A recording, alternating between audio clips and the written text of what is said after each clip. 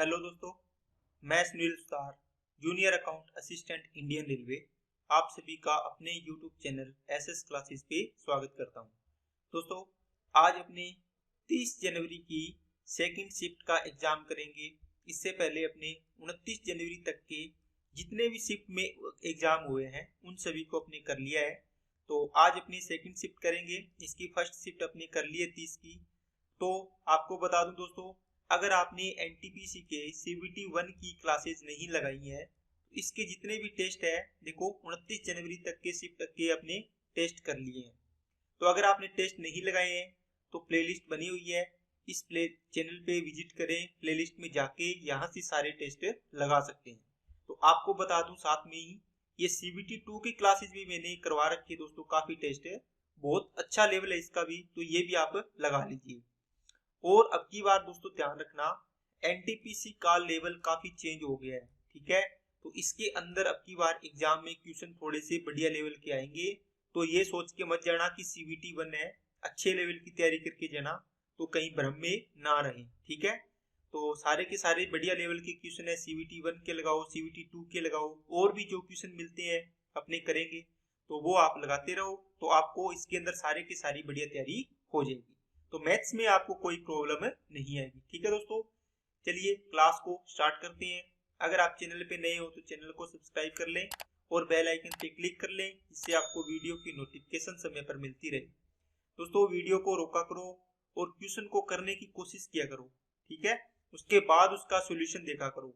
तो आप लिखा करो 1 number, 2 number, 3 number, 4 number question है जो भी है, तो उनमें देखो लास्ट में पेपर पूरा करने के बाद, वीडियो देखने के बाद कितने क्वेश्चन आपके सही हुए हैं, कितने क्वेश्चन आपके गलत हुए हैं।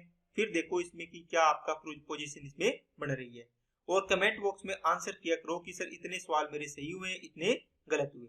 ओके, चलिए फर्स्ट क्वेश्चन करते हैं दोस्तों। पहला क्वेश्चन है, इसको ध्यान से पढ़ो क्या बोल रहे हैं। क्या आपने ये क्वेश्चन पहले कभी देखा है? अगर देखा है तो सोल्व करो, अगर नहीं सोल्व हो रहा है इसका मतलब आपने उसको ध्यान से नहीं देखा। देखो दोस्तों, ये बड़ा इंपॉर्टेंट सवाल है, ठीक है। अब इसका कॉन्सेप्ट क्या होता है दोस्तों? ये होता है कि ट्राइंगल का एरिया निकालने के लिए होता है। ट्राइंगल का एरिया दोस्तों आपके 3 तरीके बताता हूं आपको मैं। देखो, पहला, तीनों भुजाएं दी हो तो आप निकाल सकते हो कोई भी ट्राइंगल है इसमें हीरोन के फॉर्मूले से।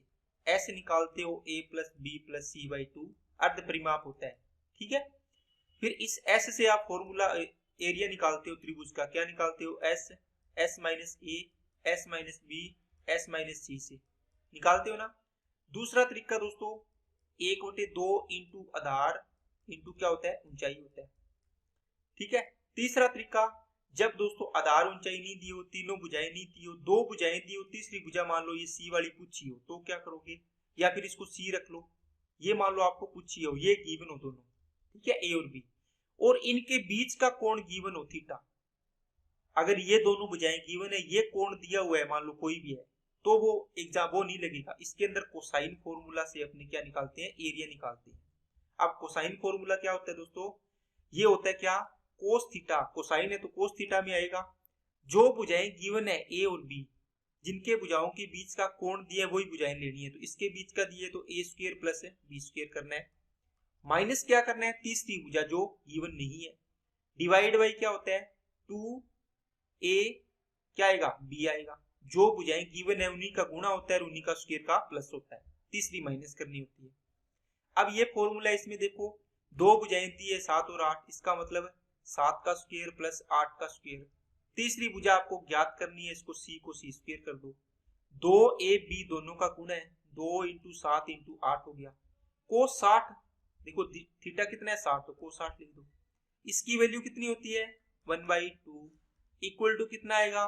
7 का स्क्वायर 49, 49, 8 का स्क्वायर 64 है, ये 13, ये और 6 और 4 10 और 1 11, 113 हो गया, माइनस का सी स्क्वायर अपॉन 2 इंटू 8 7 और 2 56 मान लो, ये 2 से 2 कट गया। अब इसको क्रॉस मल्टीप्लाई करके हल करो तो कितना आएगा? 113 माइनस सी स्क्वायर बराबर आएगा 56। सी स्क्वायर इधर ले आओ, ये 56 इधर जाएगा, कितना बचेगा? माइनस करो, 13 में से 6 गया 7, 57। तो सी स्क्वायर बराबर 57, तो सी बराबर कितना आ जाएगा? √57। तो इसका मतलब इसकी वैल्यू कितनी आएगी? √57। दोस्तों ये आपको समझाया है और ये पूरा प्रोसेस करके बताया कि इस प्रकार होता है, तो इसके अंदर टाइम लगा है। और वैसे भी इस प्रकार के सवाल में आपको लगभग 30 से 40 सेकंड लगेंगे दोस्तों, ठीक है। तो तसल्ली से ये सवाल करना, गलत मत करना, आसान सवाल है, कोई दिक्कत वाली बात नहीं है। नेक्स्ट, एक खिलौने का विक्रय मूल्य 540, यदि दुकानदार ने इस पर 20% लाभ कमाया हो तो इस प्रकार इस खिलौने का विक्रय मूल्य ज्ञात करो। देखो 540 विक्रय मूल्य, इसका मतलब विक्रय मूल्य बताओ परसेंटेज में कितना होगा, 20% लाभ कमाया है, 100% क्रय मूल्य तो 120% हो गया विक्रय मूल्य। 100% क्रय मूल्य ज्ञात करना है, ये 120 की वैल्यू थी, 0 से 0, 3 चौके 12, 3 से काटा 18, 4 से काटा 25, 25 को इससे गुणा करोगे कितना आएगा दोस्तों, 450। नेक्स्ट, 40 बच्चे हैं दोस्तों टोटल, इसमें कहता है 25% फुटबॉल खेलना पसंद करते हैं, तो कितने नहीं करते, 75। तो आपको पूछे कितने नहीं करते, 75 का मतलब 3/4, 10 दिया 30। नेक्स्ट, ये दोस्तों a स्क्वायर माइनस 36 ए पूछा है, तो a यहाँ से कॉमन लोगे तो a माइनस 36 आएगा, ठीक है। अब यहाँ से आपको देखो a और a की वैल्यू निकालनी है, तो ये a की पावर 1/3 बराबर में 6 है। तो देखो पावर को हटाना है, तो नीचे कितने हैं, 3 है, तो उतनी पावर कर दिया करो। तो 1 की पावर 1/3 की पावर होल पावर 3 और 6 की पावर भी 3, देखो दोनों साइड में क्यूब कर दिया। अब ये पावर है तो ये गुणा होगी, तो 3 से 3 कट गया, a बचा, तो 6 की पावर 3 कितना होगी, 216। अब a की वैल्यू 216 पुट कर दो, 216 में से 36 जाएंगे तो कितना बचेगा, 180। अब देखो लास्ट में 0 आने, 8 6 48, 8 आने।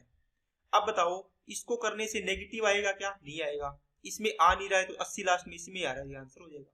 नेक्स्ट, अनिता 15% वार्षिक साधारण ब्याज की दर पर 5000 का ऋण लेती है, यदि एक वर्ष की समाप्ति पर ब्याज के रूप में कितनी राशि देनी पड़ेगी। देखो 1 साल है तो 15% 1 साल का होता है, तो 15% ब्याज हो गया, कितने पर, 5000 मूलधन पर, तो 15000 का निकाल दो, 2 0 से 2 0, 15 5 75, 750 रुपए ब्याज आ जाएगा।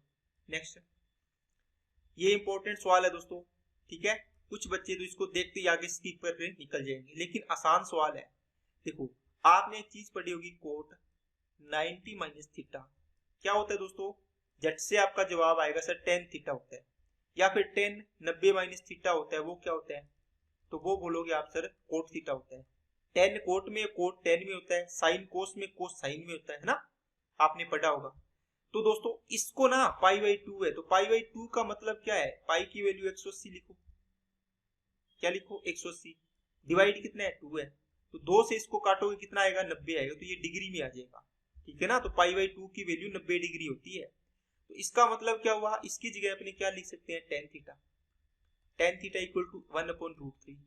अब देखो थीटा की वैल्यू कितनी पुट करते हो, आपकी 1/√3 होता है मान, जब आप टेबल बनाते हो तो उसके अंदर आपने देखा होगा, ठीक है।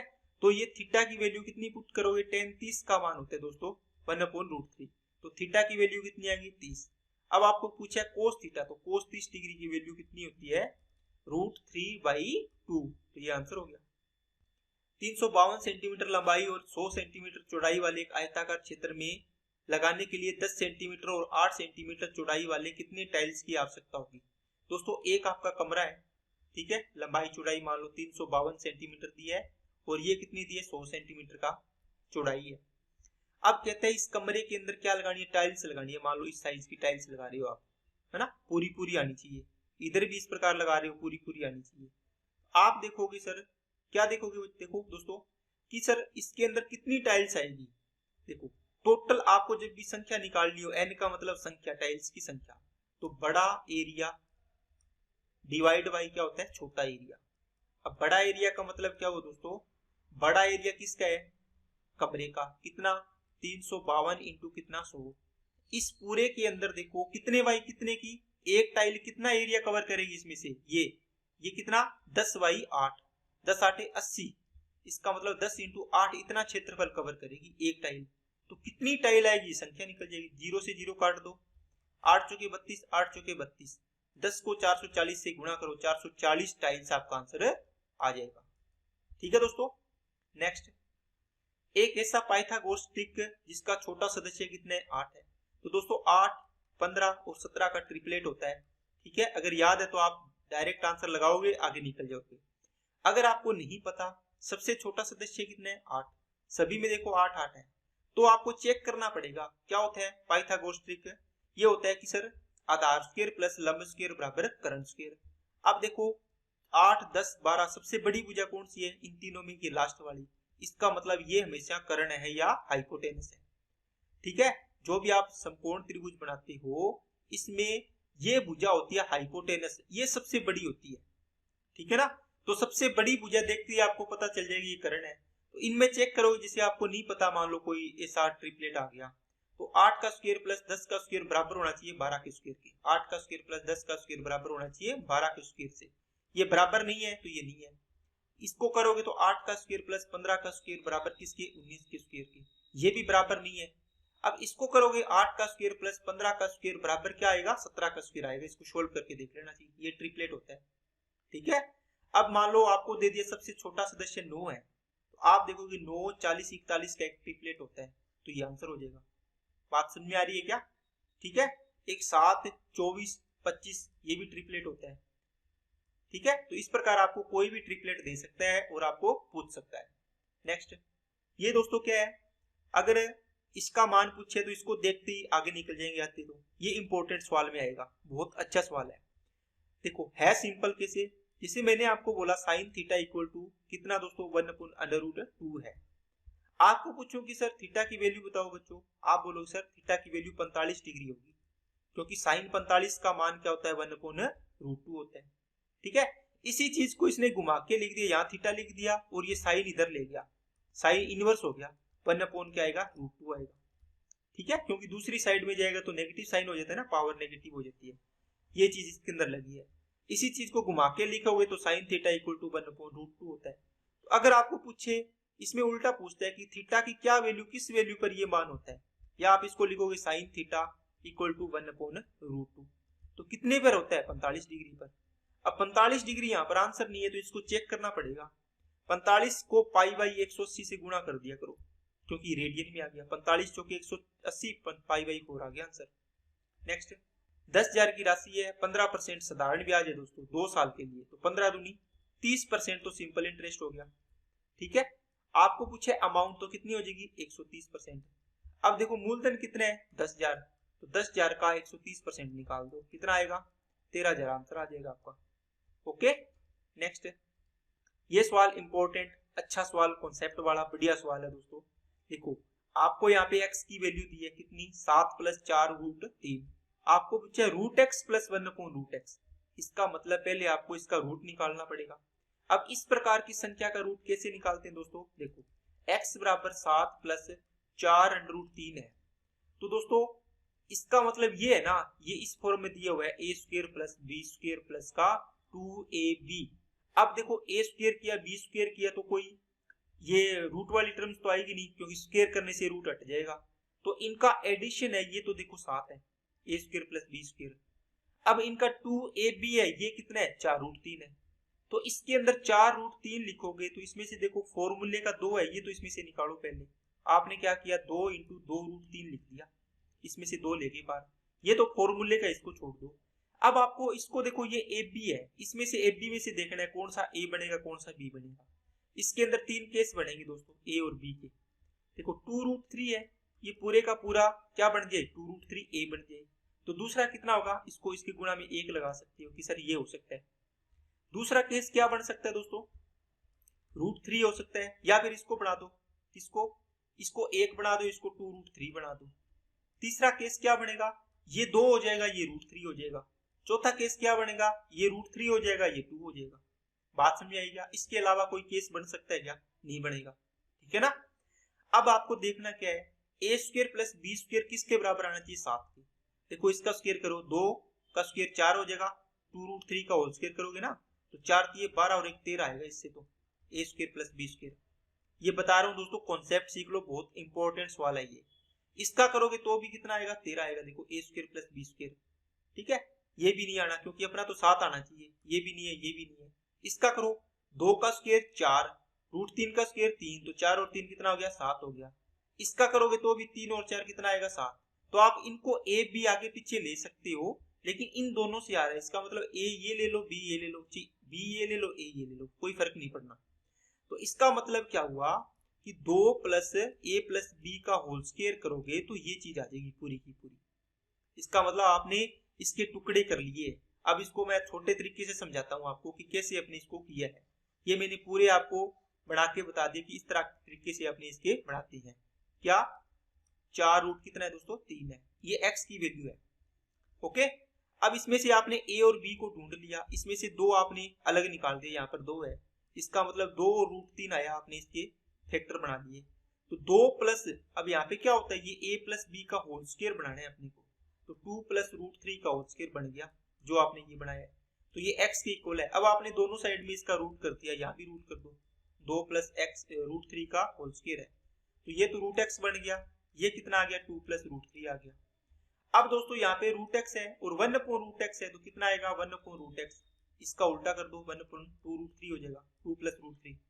अब इसको आप परिमेयकरण करके सोल्व करोगे, ठीक है। तो आपको बता दूं दोस्तों कि इसको सोल्व करने की जरूरत नहीं है अगर आपने पीछे की मेरी क्लासेस लगाई है तो। क्यों जरूरत नहीं है, आपको पता है कि ये जो आप इसका ना स्क्वायर करके देख लिया करो, 2 का स्क्वायर 4, 3 का रूट 3 का स्क्वायर 3, इनका डिफरेंस कितना आ रहा है 1। इसका मतलब इसको पूरा सोल्व मत करो, जो भी 2 प्लस रूट 3 है ना, इसका चिन्ह चेंज कर दो, प्लस है तो माइनस कर दो, माइनस है तो प्लस कर दो, ये आपका डायरेक्ट हो गया। इसका मतलब root X plus 1 upon root X निकालना है। रूट एक्स की वैल्यू 2 प्लस रूट 3 है, प्लस इसकी वैल्यू कितनी आएगी 1 अपॉन रूट एक्स की 2 माइनस रूट 3, ये इससे कैंसिल हो गया, 2 और 2 कितने हो गए 4 हो गए। तो दोस्तों इतना टाइम इसके अंदर इसलिए लगाया है ताकि आगे कोई भी सवाल आए तो आपको इस प्रकार का सवाल जल्दी हो जाए, ठीक है। ये चीजें निकलने के बाद आपको टाइम ना लगे यहाँ पर कि इसको सर आप परिमेयकरण करके सोल्व कर रहे हो, ठीक है। जब भी इनके स्क्वायर का डिफरेंस 1 होगा तो चिन्ह चेंज कर दिया करो, जैसे 2 प्लस रूट 5 है ना, रूट एक्स की वैल्यू आई मान लो, तो 1 अपॉन रूट एक्स की वैल्यू कितनी होगी दोस्तों, स्क्वायर का डिफरेंस -1 आ रहा है ना, तो ये नहीं होगा, ये हाँ ये हो जाएगा, कितना हो जाएगा 2, इसको रूट 5 माइनस कितना लिखेंगे 2 लिखेंगे, क्योंकि पहले बड़ा लिखते हैं 5, इसको रूट 5 प्लस 2 लिखेंगे इसको, फिर इसका चिन्ह चेंज करेंगे तो ये हो जाएगा, ठीक है। क्योंकि इनका डिफरेंस देखो 5, इसका स्क्वायर करोगे तो 4, ये 1 आ रहा है, तो ये हो जाएगा आंसर इसका। बात समझ आई क्या, तो ये चीज भी थोड़ी सी ध्यान देनी है। नेक्स्ट, 3 कारों की चालों का अनुपात 5, 6, 10 है, उनमें से प्रत्येक कार द्वारा दूरी तय करने में लिए गए समय का अनुपात। दोस्तों स्पीड का रेशियो दोस्तों क्या है 5 अनुपात 6 अनुपात कितना है 10 है। तो इसके टाइम का रेशियो जब भी दोस्तों d बराबर s इंटू टी होता है, इसकी डिस्टेंस इक्वल है, देखो समान दूरी, तो इनका रेशियो क्या होगा उल्टा होगा, स्पीड का रेशियो टाइम के रेशियो का उल्टा होगा, या स्पीड का रेशियो दिया है तो आप टाइम का रेशियो निकाल सकते हो इसका उल्टा, तो इसका उल्टा करोगे तो 1/5, 1/6, 1/10 होगा। अब इसका एलसीएम लो, कितना आएगा 60, 60 का गुणा कर दो सभी में, ठीक है। अब इसको काटो, 6 आ गया, ये 10 आ गया, ये 12 आ गया, तो 12, 10 और 6 इसका आंसर आ जाएगा। नेक्स्ट, दो संख्याओं का योग 850, उनका HCF 25 है, ऐसी संख्याओं का एक संभव युग्म ज्ञात कीजिए। देखो जब भी दोस्तों आपको HCF दिया हो ना, कितना है 25, तो आपने कोई संख्या मानी, सहअभाज्य संख्या मानो। सहअभाज्य का मतलब हो गया दोस्तों को प्राइम नंबर, को प्राइम का मतलब क्या हुआ, इन दोनों को ऐसी संख्या माननी है कि इनका HCF हमेशा कितना होना चाहिए, दोनों का HCF कितना होना चाहिए 1, ठीक है। जिसे आपने 2 और 3 मानी, HCF हो गया 1, 2 और 7 मान ली, 4 और 9 मान ली, समझ में आ गई क्या, इनका HCF कितना 1 है। अगर आपने 4 और 6 मान ली तो इनका HCF कितना है 2 है, इसका मतलब ये को प्राइम नंबर नहीं है। ये इसलिए मानते हैं क्योंकि दोस्तों कुछ भी कॉमन नहीं है, तो संख्या बढ़ाएंगे तो एक संख्या बन जाएगी 25x और एक संख्या बन जाएगी 25y बन जाएगी, क्योंकि HCF से गुणा कर दिया। ओके, इनका योग कितने है 850। अब यहां से इसको सोल्व करो, x प्लस वाई की वैल्यू आएगी दोस्तों कितनी, 25 का डिवाइड करो, 25 × 75, 25 × 100, क्योंकि यहाँ से 25 कॉमन लेके इसलिए डिवाइड में लेंगे। अब दोस्तों यहाँ पे आपको ये निकालना है तो इसको आप ना काट लिया करो, 25 दाए और 25 से इसको काटा, 4 × 6 24 आ गया, इसको 25 से काटोगे कितना आएगा, 25 से कम 25, 25 × 50, 25 × 50, 25 × 50, इसको 25 नहीं में 225, 25 इससे काटोगे कितना आएगा, ये आएगा 9 और 25, 25 आ गया, ये कितना आया 12 और 22, ये कितना आया 10 और 24, और ये कितना आएगा 25 से कम 25, 25 × 100, 25 × 50। अब आप देखोगे कि आपने इसको काटा ना 25 एच शेप से काट दिया। अब यहाँ पर एच शेप से काटने के बाद को प्राइम नंबर आना चाहिए था। अब इसमें देखो 25, ये भी 34 बन रहा है टोटल, ये मतलब एक्स और वाई की वैल्यू आई है। लेकिन दोस्तों एक्स और वाई को प्राइम नंबर था, उनमें एच शेप एक आना था। क्या इन दोनों का एच शेप एक है? क्या नहीं है, तो ये नहीं होगा। इनका भी टोटल देखो 34 आ रहा है, लेकिन इसका एच शेप एक आ रहा है? क्या नहीं है। इसका भी एच शेप एक नहीं आ रहा है, इसका मतलब ये है एच शेप एक आ रहा है। तो 9 और 25 इसका आंसर होगा। 9 और 25 किसका? ये वाला पेड़ इसका बनेगा। इसके पेड़ तो बहुत बनेंगे दोस्तों, 1 और 33 है, 2 और 32 है, 3 और कितना आएगा 31 है ना, 4 और कितना आएगा 30 आएगा। लेकिन कौन से पेयर नहीं लेंगे? को प्राइम वाले लेंगे ओनली। देखो जिनका एच शेप एक है, इनका एच शेप एक है, इसका एच शेप एक नहीं है छोड़ दो, इसका एच शेप एक नहीं है छोड़ दो। आगे जैसे 5 और कितना आएगा 29, 6 और कितना आएगा 28, इनका एच शेप एक नहीं है, इसको छोड़ दो। समझ में आई ना? इस प्रकार इसका पेयर लेते हैं। नेक्स्ट, 4% चीनी युक्त 8 लीटर विलयन को उबालने पर 2 लीटर पानी वाष्पित हो गया, तो शेष विलयन में चीनी का प्रतिशत क्या है? दोस्तों इसमें एक तो चीनी है और एक क्या है? वाटर। कितना है दोस्तों? पानी है।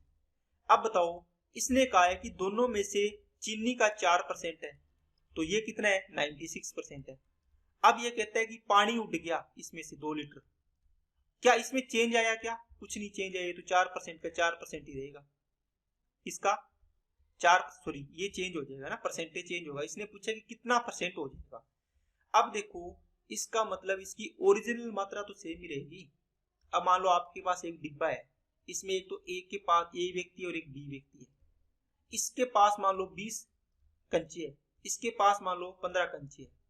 अब इसने तो क्या कर दिया, 5 कंचे फेंक दिए या दूसरे बंदे को दे दिए, तो कितने बचे? 10। इसने कुछ नहीं बेचे या फेंके, तो कितने है? 20। इसका मतलब ये तो 20 का 20 ही रहा, चेंज नहीं हुआ, इसमें चेंज हुआ है। इसका मतलब क्या हुआ? चीनी तो सेम रही दोस्तों, कांस्टेंट है, तो कांस्टेंट पार्ट को इक्वल कर दो ना, अपना आंसर आ जाएगा। 8 लीटर विलियन था, इसमें कितना परसेंट थी चीनी? 4% शुगर। अब देखो 8 में से 2 लीटर पानी उड़ गया, इसका मतलब टोटल विलियन कितना बचा? 6 लीटर। अब 6 में से कितने परसेंट चीनी है आपके पास, ये निकालना है। तो 3 हो गया, ये 2 हो गया, 8 दूनी 16/3% इसका आंसर आएगा। नेक्स्ट, 2 सहकर्मियों की आयु के व्युत्क्रमों का योग उनके आयु के व्युत्क्रमों के अंतर के 9 गुने के बराबर है। दोस्तों x और y मान ली सहकर्मियों की आयु, इनका व्युत्क्रम 1/x 1/y, इनका योग इनके अंतर का कितना है दोस्तों? 9 गुना है, 9 गुना के बराबर है। अब क्या कहते हैं, यहां से इसको सोल्व करोगे तो y प्लस एक्स बनेगा, डिवाइड में कितना? एक्स वाई बनेगा। यहां भी आपने क्या किया, एक्स वाई का एलसीएम आ गया, तो y माइनस एक्स इंटू में कितना है? 9 है। यहां से एक्स वाई कैंसिल हो गया। अब 9 का गुणा कर लो, तो X Y plus X equal to कितना आएगा? 9y माइनस का 9x, और ये 9x इधर ले जाओ तो कितना हो गया? 10x। ठीक है, इसको मैं इधर लिख देता हूँ थोड़ा सा, तो ये कितना हो गया? ये हो जाएगा 10x बराबर में 8y हो जाएगा। x अपॉन y की वैल्यू कितनी आएगी दोस्तों? 4/5। देखो 4 से कट गया, ये 2 से कट जाएगा ना, दोनों 4 5 हो गए। अब ये रेशियो में इसको 4 के इसको 5 के कर लो। अब देखो आगे क्या बोला, यदि उनकी आयु के गुणनफल, देखो x की आयु 4 के, y की आयु 5 की, इनका गुणनफल, इनका गुणा करो, 4 5 20 और k का गुणा k स्क्वायर हो जाएगा, और इनके आयु के योग, तो 4 और 5 9 के हो गया, का अनुपात दे रखा है 100 रेशियो कितना दोस्तों? 9। 9 से 9 गया, k से 1 k गया, 20 5 100, तो k की वैल्यू कितनी आएगी? 5। अब k की वैल्यू 5 है, तो इसकी 20 5 चुके 20 और इसकी 5 5 25, तो आंसर आ जाएगा 20 और 25। नेक्स्ट, एक घनाभाकार कक्ष के आंतरिक माप है 12 8 4, ऊंचाई 4 है, कमरे की छत सहित सभी 4 दीवारों पर पुताई करने का कुल खर्च ज्ञात कीजिए यदि 1 मीटर स्क्वायर का खर्चा इतना है। दोस्तों एक कमरा है, आपको जनरली ये बोला जाता है कि कमरे की चारों दीवारों का बताओ क्षेत्रफल निकालोगे, फिर उसको गुणा करोगे तो इसका खर्चा आ जाता है। लेकिन इसने छत का भी बोल दिया, तो 4 दीवार का निकालने का एरिया कितने, निकालने का फॉर्मूला क्या होता है? 2 इंटू ऊंचाई, ऊंचाई कितनी है? 4, प्लस लंबाई इंटू लंबाई प्लस चौड़ाई, तो लंबाई और चौड़ाई कितनी है? ये रही, तो लंबाई कितनी है? 12 प्लस 8। ये तो हो गया दोस्तों 4 दीवार का। लेकिन छत का बोल दिया, तो छत का आप ऊपर देखो, एक तो लंबाई लेंगे और एक क्या लेंगे? चौड़ाई लेंगे। इसी प्रकार बनता है ना। जो फर्श होता है, ये मान लो फर्श की परिमाप है लंबाई और चौड़ाई, तो इसके अकॉर्डिंग आप ऊपर जाओगे तो देखो ऊपर छत लंबाई और चौड़ाई के अकॉर्डिंग होगी। तो लंबाई चौड़ाई कितनी है 12 और 8, तो 12 8 कितनी हो जाएगी 96। इसको गुणा करो 8 160 हो गया प्लस 96 हो गया, इसको ऐड किया 16 और 9 25 256 हो गया। ये 256 मीटर स्क्वायर आ गया टोटल एरिया। अब 1 मीटर स्क्वायर का खर्चा 5 है तो 5 से गुणा कर दो, इतना खर्चा आएगा। 25 5 125 1250 और 36 1286 हो गया। नेक्स्ट, दो रेलगाड़ियां ए और बी नामक स्टेशनों से चलना शुरू करती है, एक दूसरे की ओर 60 और 70 की स्पीड से चलती है। उनके मिलने के समय दूसरी रेलगाड़ी पहली रेलगाड़ी की तुलना में 100 किलोमीटर अधिक दूरी तय कर चुकी होती है। ए और बी के बीच की दूरी। दोस्तों सवाल इतना बड़ा है, देखते ही बच्चे आगे निकल जाएंगे, इसको छोड़ देंगे, स्किप कर देंगे। लेकिन आसान इतना है सवाल कि जब आप करोगे तो आप बोलोगे सर इतना आसान सवाल हम ऐसे ही छोड़ देते हैं। कैसे? देखो, डिस्टेंस इक्वल टू होता है स्पीड इनटू टाइम। आप देखो ये पॉइंट है एक और ये पॉइंट है बी। एक का रेलगाड़ी चलती है ए से, एक रेलगाड़ी चलती है बी से। अब ये यहां से चली और ये यहां से चली, दोनों का टाइमिंग सेम है, सेम टाइम पर चलेगी तो इनका टाइम तो सेम हो गया। इसका मतलब क्या हुआ, ये तो कांस्टेंट हो गया दोनों के लिए, कोई फर्क ही नहीं पड़ेगा। इसका मतलब है डिस्टेंस और स्पीड का रेशियो सेम होगा। अगर स्पीड का रेशियो दिया है तो उसको डिस्टेंस के रूप में भी यूज कर सकते हैं, डिस्टेंस के बराबर होगा। अगर डिस्टेंस का रेशियो होगा तो वो क्या होगा, स्पीड का लिख सकते हैं अपने। तो अब अपने पास किसका रेशियो है 60 और 70 स्पीड का रेशियो है। इनका रेशियो बनाओगे 6 7 आ गया, तो डिस्टेंस का रेशियो भी क्या होगा 6:7 होगा।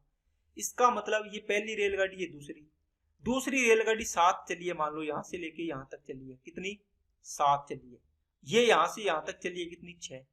कितना डिफरेंस है, आप बोलो सर 1 दूरी का डिफरेंस है। 1 की वैल्यू कितनी दे रखी है देखो 100, तो 6 की वैल्यू कितनी आ जाएगी 600, 7 की वैल्यू कितनी आ जाएगी 700।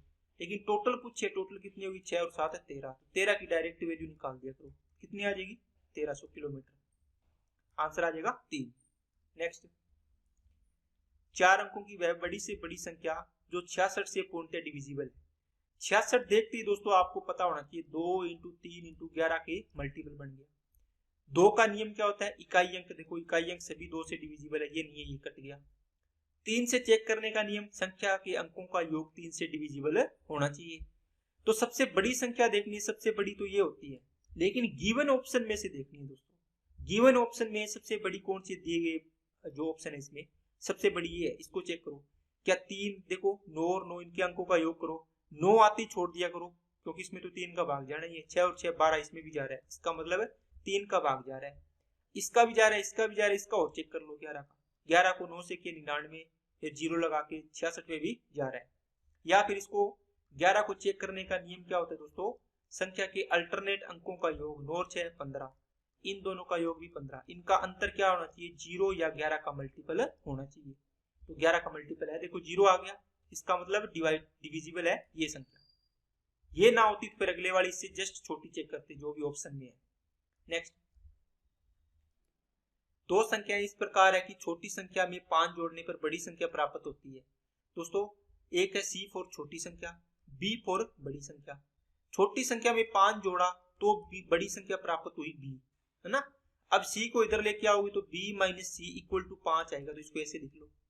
अब यदि दोनों संख्याओं का योग कितना है B + C 19 है, तो इनका मल्टीप्लाई पूछा है, तो बड़ी संख्या B की वैल्यू निकालनी है, तो क्या करोगे जोड़ के 2 का भाग करो, 19 और 5 24 का आधा 12। C छोटी संख्या, इनका डिफरेंस कर दो, है ना, छोटी निकालनी हो तो 19 में से 5 गए 14, 14 का आता 7, इनका मल्टीप्लाई करना है B × C, कितना आएगा 12 7 84। नेक्स्ट, एक व्यक्ति ने 28 किलोमीटर की दूरी 8 घंटे में तय की।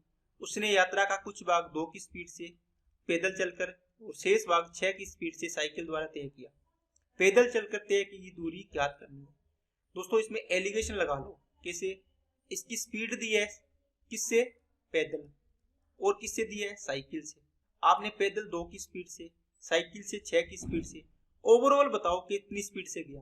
तो 28 किलोमीटर दूरी है, 8 घंटे में गया, ये स्पीड आ जाएगी ओवरऑल। 4 दूनी 8, 4 7 28, इसका मतलब ये कितना आएगा 7/2। अब इसमें एलिगेशन लगा सकते हो, लेकिन दोस्तों इसमें एलिगेशन लगाओगे तो ये डेसिमल वाली चीजें में फंस जाओगे, फ्रैक्शन में। आप क्या करो, जो भी नीचे वाली संख्या हो, इसके नीचे हो, इसके नीचे हो, इसके नीचे, इनका एलसीएम ले लिया करो। इसके नीचे तो एक एक है दोनों में, इसमें 2 है, तो 1 1 2 का एलसीएम कितना आ गया 2। तो 2 का गुना कर दो सभी में, तीनों में, ये हो जाएगा 4, ये कितना हो जाएगा 6 दूनी 12, ये कितना हो जाएगा 7। अब इनमें एलिगेशन लगा दो, ये कितना आ गया 3, ये कितना आ गया 4, ओके सॉरी ये कितना आ जाएगा 5 आ जाएगा, 5 और 3 8। अब बताओ ये किसका रेशियो है, टाइम का। कैसे पता चला, आपने किस में लगाया था, स्पीड में। स्पीड में देखो किलोमीटर प्रति घंटा, नीचे क्या आया घंटा, घंटा क्या है टाइम। इसका मतलब जो रेशियो आता है वो नीचे वाली वैल्यू होती है वही आता है। अगर आपने प्रॉफिट परसेंट पढ़ा होगा, लाभ, तो लाभ बटे क्या होता है, प्रॉफिट अपॉन सीपी, लाभ बटे क्रय मूल्य होता है, तो क्रय मूल्य का रेशियो आता है उसमें। इसका मतलब टाइम का रेशियो आया, तो 5 और 3 कितना 8, पार्ट की वैल्यू कितना टाइम दे रखा है टोटल 8 घंटे। एक की वैल्यू कितनी आ गई 1। तो पैदल इसको कितने घंटे लगे होंगे, 5 की वैल्यू 5 घंटे लगे होंगे। 2 की स्पीड से 5 घंटे कितना, 5 दूनी 10 किलोमीटर चला होगा। इसमें 6 की स्पीड से कितना घंटा, 3 घंटा, 6 3 18 चला होगा, तभी तो 10 और 18 28 हो गया। नेक्स्ट, सलीम ने एक वस्तु 784 में खरीदी, 12% जीएसटी शामिल था। अब बोलो 784 में खरीदी जिसके मूल्य में, मतलब इस मूल्य में 12% जीएसटी शामिल है, इसका मतलब 784 वैल्यू है दोस्तों 112 की, 112 की। आपको 100 की चाहिए, ये कितनी बार जाएगा 7 बार। तो इसका ओरिजिनल सीपी कितना है 700 रुपये, किसके बगैर है, जीएसटी के बगैर, और जीएसटी शामिल करने के बाद कितना हो गया 784, मतलब 84 रुपये आपकी जीएसटी लगी है इसके अंदर। जीएसटी अमाउंट कितनी है 84। एक समबाहु त्रिभुज का परिमाप है दोस्तों, तीनों भुजाएं बराबर होती है, तो परिमाप 3a हो गया। 36 अंडर रूट कितना आ गया 3, 3 से काटा 12, a की वैल्यू आ गई 12√3। ऊंचाई क्या होती है √3/2 इंटू साइड, साइड कितनी है a की जगह रख दो कितनी 12√3, 2 से काटा 6, √3 को √3 से गुणा किया 3 3 6 18, आंसर आ गया 18। नेक्स्ट दोस्तों इसके अंदर 4 3 4 3 4 3 इसके अंदर रिपीट हो रहा है, ठीक है। इसको आप क्या लिख सकते हो 0.43 पर बार, 2 अंक रिपीट हो रहे हैं।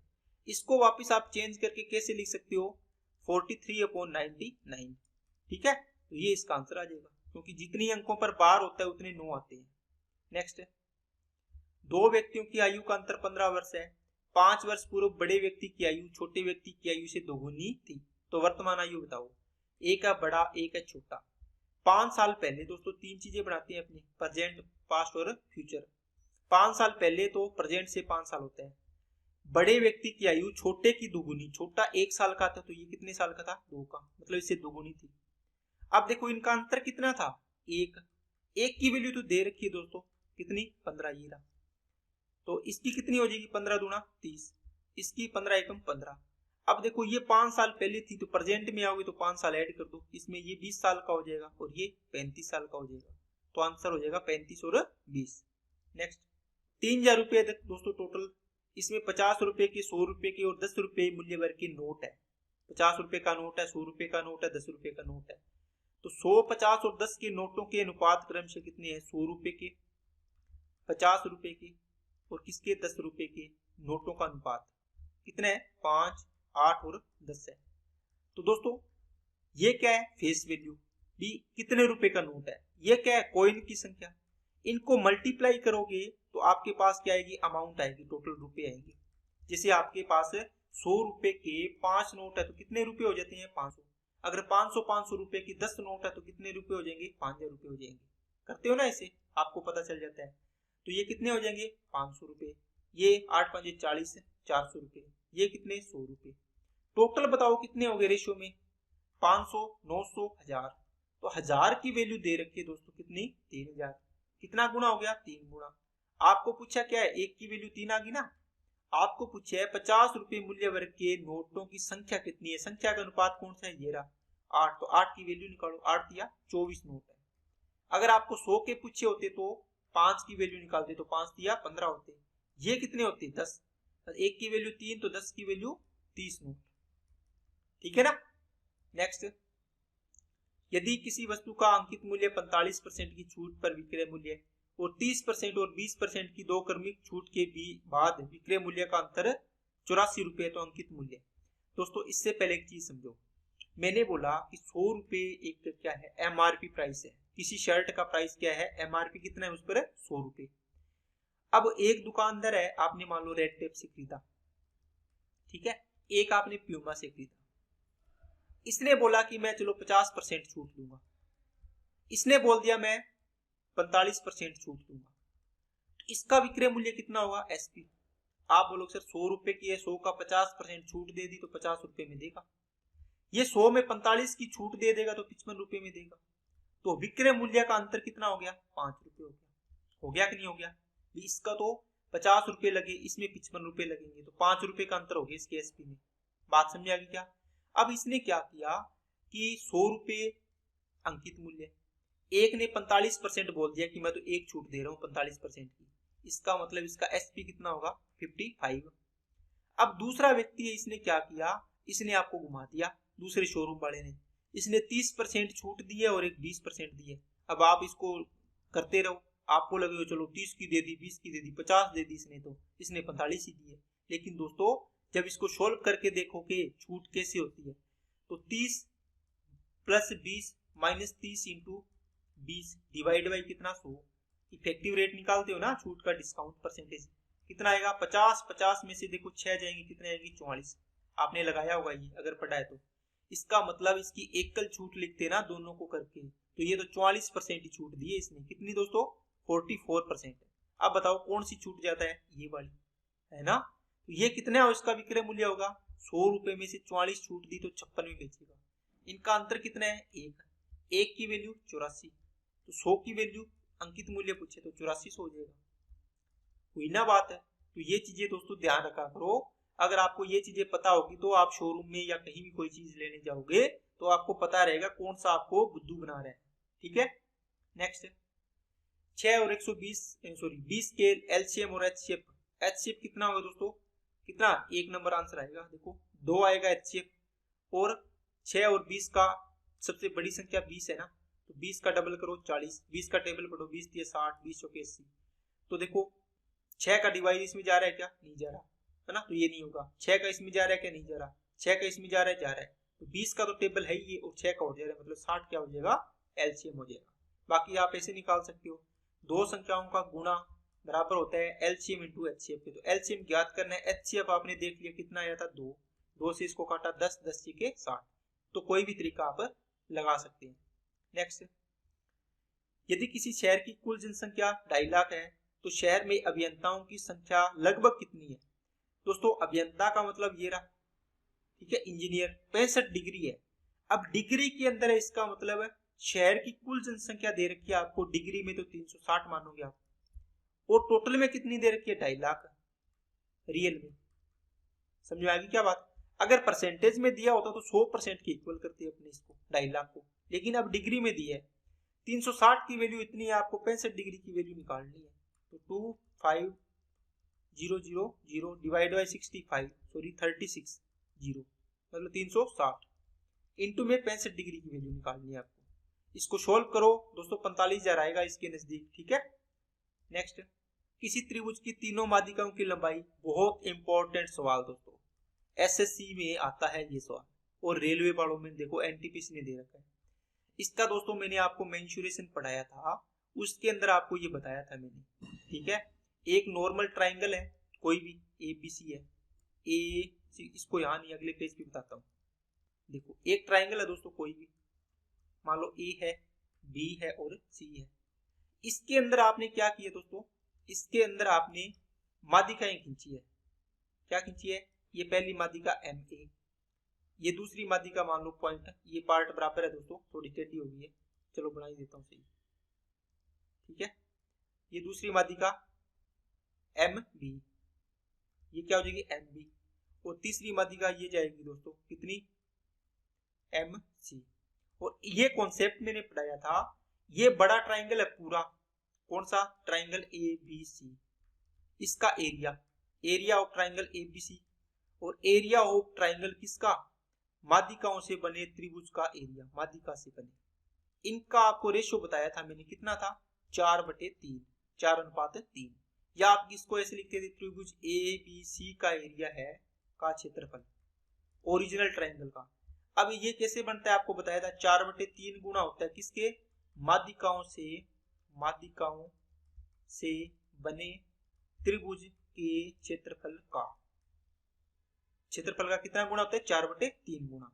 तो अब यही सवाल पूछ लिया आपको, तो आपको देखो माध्यिकाओं की लंबाई दे दी 3, 6 और 9, तो MA, MB और MC मान लो इसको बस। अब इससे क्या करो, आप SM निकालो, अर्ध परिमाप, 3 + 6 + 5 डिवाइड बाई 2, 9 और 5 14, कितना आ गया 7। अब इससे एरिया निकालो, त्रिभुज की माध्यिकाओं से एरिया, इसको त्रिभुज से इसको बनाने का मतलब डेल्टा मतलब एरिया, कितना आएगा दोस्तों, आप निकालो कितना, अंडर रूट SM कितना है 7, 7 में से 3 गया 4, 7 में से 6 गया 1, 7 में से 5 गया 2, तो 7 चौके 28 गुणा 56, इसका मतलब अंडर रूट 56 आपका क्या आ गया, एरिया आ गया। अब आपको नॉर्मल ट्राइंगल त्रिभुज ABC था, ये कितना होगा, ये जो त्रिभुज इससे बना है एरिया, ये एरिया है इसका 4/3 गुना है, ये कितना है, √56 आया, देखो है ना, तो गुणा में √56 कर दो, ये चीज आपको निकालनी थी। चलिए नेक्स्ट पे, ये कॉन्सेप्ट है दोस्तों इंपॉर्टेंट, इसको नोट कर लेना। 4 क्रमागत अभाज्य संख्याओं में से अंतिम 3 का गुणा इतना, पहली 3 का गुणा इतना, इन अभाज्य संख्याओं में से सबसे बड़ी संख्या ज्ञात कीजिए। अब दोस्तों इस सवाल को करने का सबसे बढ़िया तरीका बताता हूं आपको, क्या है, 4 क्रमागत लगातार संख्याएं हैं, लेकिन 4 संख्याएं ऐसे नहीं है कि 2 ले ली, 3 आ गई, 4 आ गई, 5 आ गई, है ना, 10 11 12 13 14 आ गई। इसने बोला है अभाज्य संख्याएं हैं। अगर मान लो पहली संख्या 2 है अभाज्य संख्या, तो इसके बाद 3, फिर 5, फिर 7। अगर पहली संख्या मान लो अभाज्य संख्या 7 है, तो उसके बाद कौन सी आएगी, 11 क्रमागत अभाज्य संख्या, फिर 13, फिर 17, इस प्रकार, ठीक है ना। तो अब दोस्तों आपको क्या पता चलेगा कि कौन सी अभाज्य संख्या ले हम 4 लगातार। तो दोस्तों इसके लिए आप क्या करो, इसने पूछा है कि अभाज्य संख्याओं में से सबसे बड़ी संख्या ज्ञात करनी है, इसका मतलब ये ऑप्शन सबसे बड़ी संख्या दी होगी, 4 संख्याएं आपने ली है, इसमें से सबसे बड़ी संख्या ये होगी, छोटी बड़ी बड़ी इससे बड़ी, आपने मान लो 37 ले ली, इससे छोटी कौन सी आएगी, जो अभाज्य संख्या 31 आएगी, इससे छोटी 29, इससे छोटी 23। अगर आप 23 लोगे तो कितनी आएगी इससे छोटी, क्योंकि ये तो सबसे बड़ी है, ये 29 सबसे बड़ी में आएगी, ये 13 सबसे बड़ी में आएगी।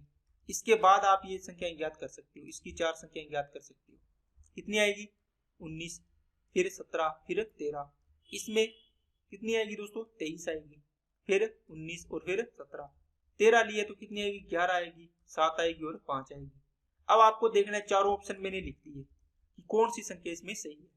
तो दोस्तों इसको करने का तरीका देखो, अंतिम 3 संख्याओं का मल्टीप्लाई, अब देखो अंतिम 3 संख्या ये रही, इनका मल्टीप्लाई करो, इकाई अंक चेक करो, 9 आ रहा है क्या, 7 एकम 7, इसका देखो 7 एकम 7 और 7 9 63, तो 3 आ रहा है इकाई अंक, इसका मतलब ये वाला ऑप्शन गलत है, नहीं होगा।